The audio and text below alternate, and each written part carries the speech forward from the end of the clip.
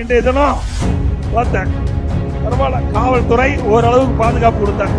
இந்த பாதுகாப்பு ஏற்கனவே கொடுக்கப்பட்டிருந்தா 46 உயிர் இழந்திருக்க வேண்டிய அவசியம் இல்லை. இதெல்லாம் கொடுக்கல. நான் கிட்டத்தட்ட பல சட்டமன்ற தொகுதிக்கு சென்று விட்டு வந்திருக்கின்றேன்.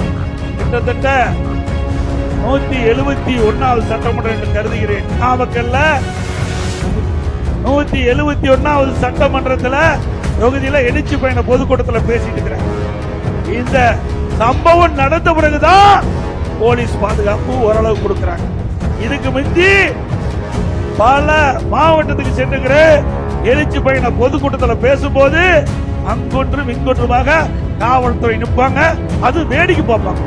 கூட்டத்துக்கு வேடிக்கை பார்க்க வந்திருப்போம், பாதுகாப்புக்கு வரல. ஸ்டாலின் அவர்களே, நீங்க